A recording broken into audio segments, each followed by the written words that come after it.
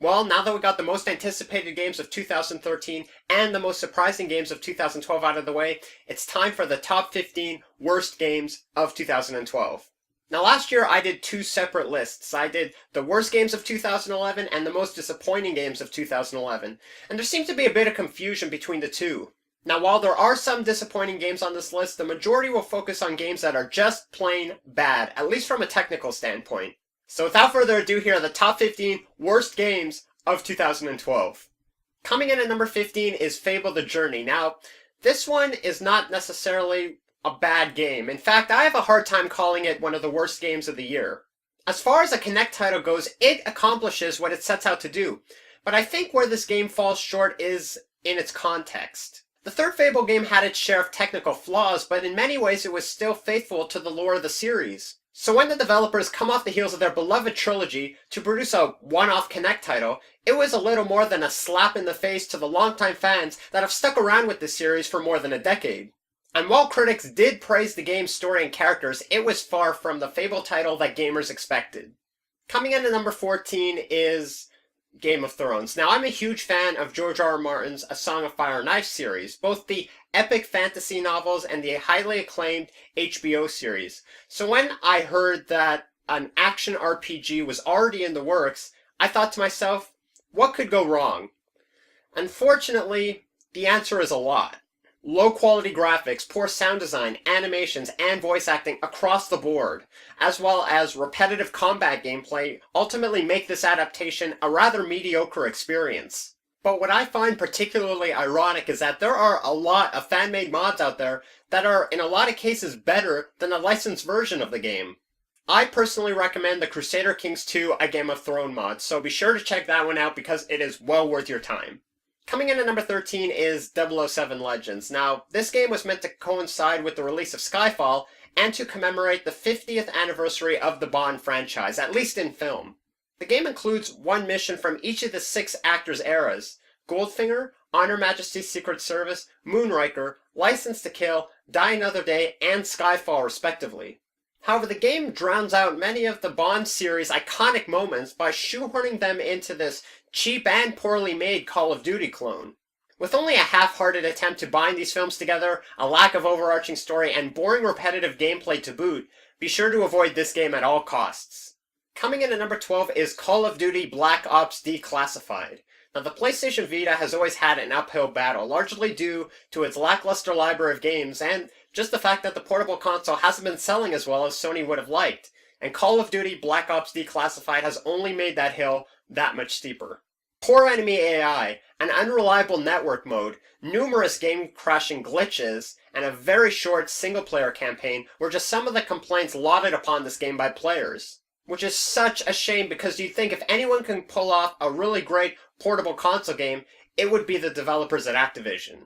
Coming in at number 11 is Star Wars Kinect. Now, if you saw the demo at last year's E3, then you no doubt already know just how glitchy and unresponsive this game was. And the actual game is no exception. Now, there's actually some redeeming value to this game. In fact, the pod racing segments and the galactic dance-off segments are some of the best and funniest moments in gaming that I've seen in a long time. Critics panned this title as a little more than a collection of mini-games with unresponsive controls and underdeveloped gameplay, and it really puts Star Wars games back a step or two, especially coming off of titles like Unleashed and Star Wars The Old Republic.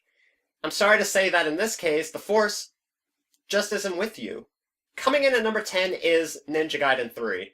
Now, Ninja Gaiden is a beloved franchise that dates all the way back to the days of the original NES. Fans of the series have always enjoyed its intense combat and Ryu's storyline as he comes into his own as a trained killer. That's why it's such a shame to hear that this game fell well below many gamers' expectations, garnering mixed reviews at best. GameSpot gave it a particularly biting review, calling it a shallow game with little of the series' challenge or depth, while IGN gave it a 3 out of 10, calling it a technical disaster. While there was so much promise for this title, Team Ninja dropped the ball on this one big time, ultimately doing a huge disservice to this long-standing franchise. Coming in at number 9 is Medal of Honor Warfighter. Now, after the success of the 2010 game Medal of Honor, many fans were eager to try the next iteration of the series. Warfighter picks up where the last one left off, as it reveals Tier 1 operator Preacher returning home only to find his family torn apart after years of deployment. Unfortunately, this game fell way below the adrenaline-pumping shooter of the previous game in the series. Most reviews criticized Warfighter for being rushed, very buggy, even after a day one patch, and for having poor AI. But I think the biggest disappointment is just how surprisingly uninspired the game feels, with the story so amateurish and gameplay so redundant that there's really nothing separating this game from the rest of the pack. If you want a first-person shooter that delivers on its promises, then do yourself a favor and stay the hell away from this title. Coming in at number 8 is Resident Evil Operation Raccoon City. When Resident Evil 6 was released back in October, it received mixed reviews, largely due to its departure from its survival horror roots. But when held up against Resident Evil Operation Raccoon City, also released this year, it leaves little to be desired. Poor game design, unresponsive AI, and an excess of technical issues make this a nightmare to play, and not in a good way. Many called this game a step backwards for the franchise, and a poor man's excuse for a shooter. But really, at the end of the day, did you expect any better?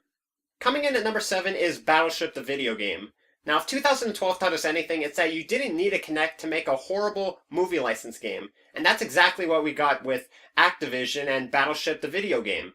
Boring, repetitive gameplay that has you disarming bombs on one side of the island, only to have you run across to the other side of the island to disarm more bombs, all the while being shot by hordes of aliens along the way. Now, the turn-based strategy aspects of this game were given a warmer reception, but sadly though, it was hardly enough to make up for the short, lazy, and ultimately pedestrian Halo clone. And a word of advice, if you're not willing to put in the resources and manpower to make a solid title, then you're better off just cutting your losses and not making the game at all. Coming in at number 6 is Steel Battalion Heavy Armor. More than a decade ago, Capcom released Steel Battalion for the original Xbox with a 30-button controller, 2 joysticks, and 3 pedals. And if you got the opportunity to play it this way, then you truly were one of the lucky ones. So you can imagine how excited we were when a sequel was announced for the Kinect. At last we'd get a fully realized mech game with only our hands to use as the controller. Or at least that's what we thought. Critics were by and large unanimous in that the motion controls for Heavy Armor were unplayable, so much so that many reviewers rage quit out of sheer frustration. And the fact that this game utilized both the Kinect and the Xbox controller simultaneously didn't help matters either. For a game that showed huge potential at last year's E3, comes this horrible, bug-ridden abomination of a title, leaving gamers ultimately disappointed. Coming in at number 5 is Tank Tank Tank. Now, my views of the Wii U notwithstanding, the launch of Nintendo's newest next-gen console was the biggest in the company's history, with 22 launch titles available upon release, many of them AAA games. But as a famous man once said, they can't all be gems. Tank Tank Tank was developed by Namco Bandai and amounted to a little more than a minigame with little replayability and a lack of online play, with many critics calling it the worst launch title they've ever played. Now I'm going to keep it short with this one, but suffice it to say that if you own a Wii U, either save your money or purchase a game that's worth playing. Coming in at number 4 is Bloodforge. This Xbox Live Arcade game was released in mid-April and is a hack-and-slash action title developed by Climax Group. The game follows a relentless and enigmatic barbarian named Crom, who lusts for revenge after the Celtic gods ruin his life of peace. Unfortunately, reviews for this game were generally unfavorable, with an average score of 43 on Metacritic. Bad camera controls, repetitive gameplay, and shoddy combat mechanics are just some of the technical issues plaguing this game. Many called the game unplayable, with an overall lack of substance on what could have been a fairly decent independent title. Coming in at number 3 is Amy, and I gotta say, when I first heard the premise for Amy, I gotta admit, I was intrigued. Ostensibly a survival horror stealth game, Amy has you escorting the 8-year-old title character through a city overrun by deadly creatures. So you can imagine my surprise when I found out that this game was just a general mess to play. Unresponsive controls, horrible camera angles, and clunky mechanics are just some of the weaknesses to be found in this title. While many people weren't expecting a AAA title from this download, we were at least expecting a decent indie game that was more entertaining than frustrating. Coming in at number 2 is Never Dead. And you know, Never Dead is just one of those titles that probably looked better on paper than as an actual video game. The game stars an immortal named Bryce Boltzmann who is able to survive horrible injury and even dismemberment.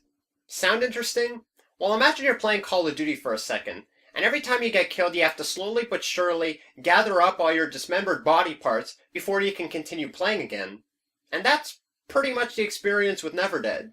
Critics were quick to point out its poor game mechanics, its lackluster design, and generally being not that fun to play. Never Dead should have just stayed dead instead of being made into a fully fledged title published by Konami. And coming in at number 1 is Orion Dino Beatdown. Now, Orion Dino Beatdown is an open-world, cooperative, class-based, survival, sci-fi, first-person shooter. It puts 5 players together in a huge, endless environment that must work together in order to survive a devastating dinosaur horde. However, this game was panned by critics upon release as being a horrid mess, so buggy and glitchy that many thought it was a pre-alpha build, and nothing short of broken. Not only did this game lack general direction, but overall just had very little entertainment value to boot, and easily takes the top spot of this year's list. And there you have it, the top 15 worst games of 2012. Now I want to hear what you have to say. Do you agree with my list? Do you disagree with it? Do you feel that there's a game more deserving to be on the worst games of 2012 list? Feel free to post a comment in the comment section below, and as always feel free to rate and subscribe to my channel. As always, I'm the Millennium Gamer, signing off.